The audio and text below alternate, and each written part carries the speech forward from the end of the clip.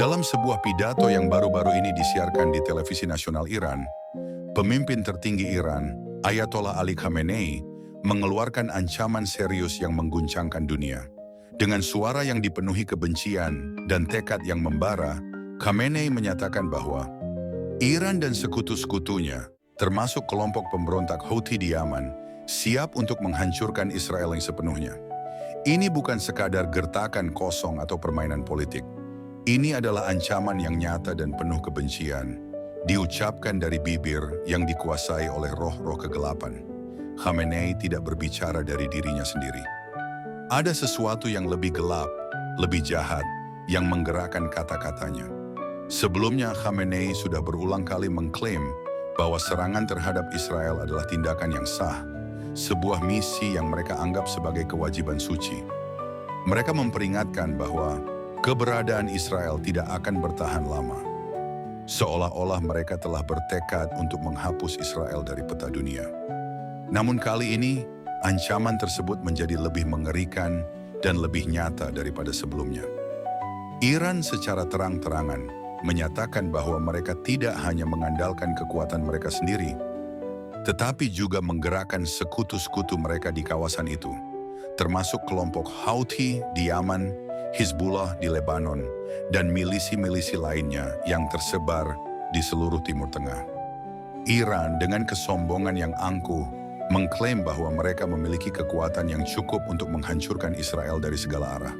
Tetapi perhatikanlah, ini bukan sekadar ancaman dari manusia, ini adalah suara iblis yang menggerakkan mereka.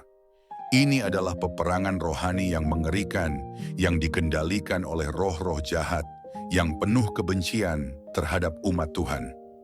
Iran dan Hizbullah bukan hanya bangsa dan kelompok yang menentang Israel. Mereka adalah alat-alat kegelapan yang dikuasai oleh iblis. Ketika Iran mengucapkan ancaman-ancaman yang mematikan terhadap Israel, itu bukan sekadar kata-kata biasa. Itu adalah racun dari neraka. Kebencian yang mereka miliki bukanlah kebencian manusia semata. Itu adalah kebencian yang berasal dari kuasa iblis yang merasuk dalam jiwa-jiwa yang telah menyerahkan diri mereka kepada kekuatan gelap. Hizbullah dengan strategi-strategi licik dan serangan-serangan brutalnya adalah alat yang dipakai oleh iblis untuk menggenapi kehancuran yang diinginkannya. Mereka bukan hanya berperang dengan senjata fisik, tetapi juga dengan roh-roh jahat yang menggerakkan mereka untuk menghapus Israel dari muka bumi. Pencuri datang hanya untuk mencuri dan membunuh dan membinasakan. Aku datang supaya mereka mempunyai hidup dan mempunyainya dalam segala kelimpahan. Yohanes 10 ayat 10. Ayat ini dengan jelas menggambarkan pekerjaan iblis. Yesus sendiri yang menyatakan bahwa tugas utama iblis adalah mencuri, membunuh, dan membinasakan. Ini adalah misi dari neraka yang dilakukan melalui tangan-tangan manusia yang dipengaruhi oleh roh-roh jahat. Ketika kita melihat Iran dan Hizbullah mengancam untuk menghancurkan Israel, kita harus memahami bahwa kebencian mereka bukanlah kebencian biasa. Itu adalah kebencian yang dibakar oleh api neraka, yang dirancang oleh iblis untuk menggenapi kehancuran total. Mencuri. Iran dan Hizbullah berusaha untuk mencuri tanah perjanjian yang diberikan Tuhan kepada Israel. Mereka ingin merampas hak yang diberikan Tuhan kepada umatnya. Membunuh. Serangan-serangan yang dilancarkan oleh Iran, Hizbullah, dan sekutu-sekutu mereka bertujuan untuk membunuh orang-orang Israel, menghapuskan kehidupan, dan menghilangkan generasi-generasi yang diberkati oleh Tuhan. Membinasakan. Tujuan akhir mereka adalah pembinasaan total, menghancurkan Israel dari muka bumi. Mereka ingin menghapus nama Israel agar tidak ada lagi yang menyebut Israel sebagai bangsa pilihan Tuhan. Namun Yesus berkata, "Aku datang supaya mereka mempunyai hidup dan mempunyainya dalam segala kelimpahan."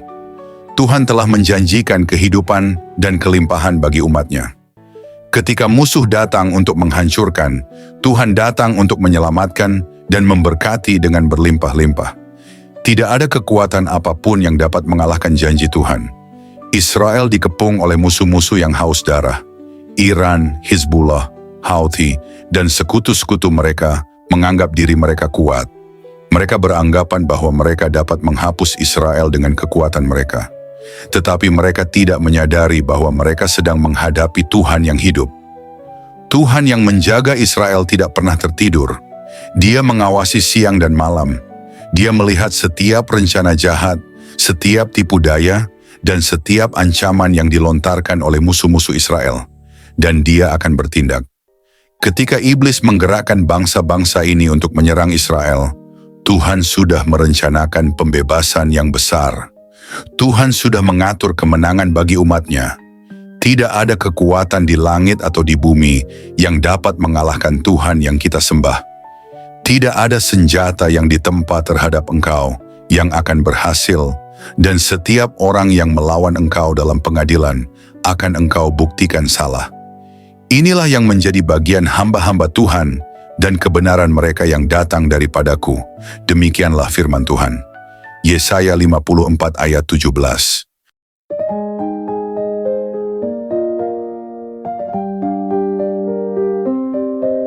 Mari kita berdoa. Kami bersyukur Tuhan Yesus, bersyukur kepadamu, Bapa, oleh karena firman-Mu yang sudah kami dengar pada saat ini. Dalam pergumulan kami, kesusahan, penderitaan, dan keadaan apapun yang kami alami, kami sungguh yakin dan percaya bahwa Engkau, Tuhan, sanggup menyelesaikan semuanya bagi kami. Kami datang kepadamu dengan segala kekuatan dan kelemahan kami, menyerahkan semuanya kepadamu karena kami percaya Engkau berdaulat. Engkau punya otoritas untuk menolong kami, membela kami, dan menyelesaikan segala sesuatu bagi kami. Engkau adalah Bapa yang baik, yang selalu memperhatikan anak-anak-Mu. Engkau mengerjakan semuanya karena kasih-Mu kepada kami. Terima kasih Tuhan untuk kasih, kebaikan, belas kasihan, rahmat-Mu, pimpinan, dan penyertaan-Mu dalam hidup kami. Pertolongan-Mu nyata dalam kehidupan kami. Kami bersyukur Tuhan, berkati kami sepanjang hari ini dalam segala aktivitas kami, studi, pekerjaan, usaha, pelayanan, dan segala hal yang kami lakukan. Pimpin kami dan jadikan kami berkat sehingga nama-Mu dipermuliakan. Kami berdoa bagi setiap saudara kami yang sedang dalam keadaan sakit. Kami percaya akan kuasa pemulihan dan pertolongan-Mu. Bagi setiap yang sedang bergumul dengan persoalan hidup, lawatlah ya Tuhan dan nyatakan kuasa-Mu. Dalam nama Tuhan Yesus Kristus, kami sudah berdoa dan mengucap syukur. Amin.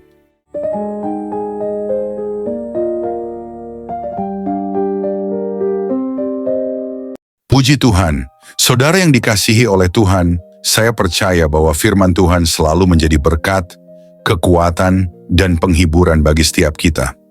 Dalam setiap perjalanan hidup, kita mungkin menghadapi berbagai tantangan, pergumulan, dan ujian, tetapi firman Tuhan selalu memberikan jawaban, pengharapan, dan kekuatan yang baru. Roh Kudus yang telah diberikan kepada kita akan selalu menolong dan membimbing kita untuk semakin memahami kebenaran firman Tuhan. Dia akan menerangi hati dan pikiran kita agar kita dapat hidup sesuai dengan kehendak-Nya, berjalan dalam terang-Nya, dan mengalami kehidupan yang penuh dengan kasih karunia serta kemenangan di dalam Yesus Kristus. Jangan pernah takut atau khawatir, sebab Tuhan selalu beserta kita. Dia yang memegang kendali atas segala sesuatu, dan janjinya adalah ya dan amin. Percayalah bahwa setiap langkah hidup kita telah dirancang untuk membawa kita kepada rencananya yang indah. Pegang teguh firman-Nya, berdoalah dengan iman, dan hiduplah dalam ketaatan kepadanya, maka kita akan melihat kemuliaan Tuhan dinyatakan dalam hidup kita. Tuhan Yesus memberkati saudara semua. Teruslah bertumbuh dalam iman, kasih, dan pengharapan di dalam Kristus. Sampai jumpa dalam renungan berikutnya, kiranya damai sejahtera Tuhan senantiasa menyertai kita semua.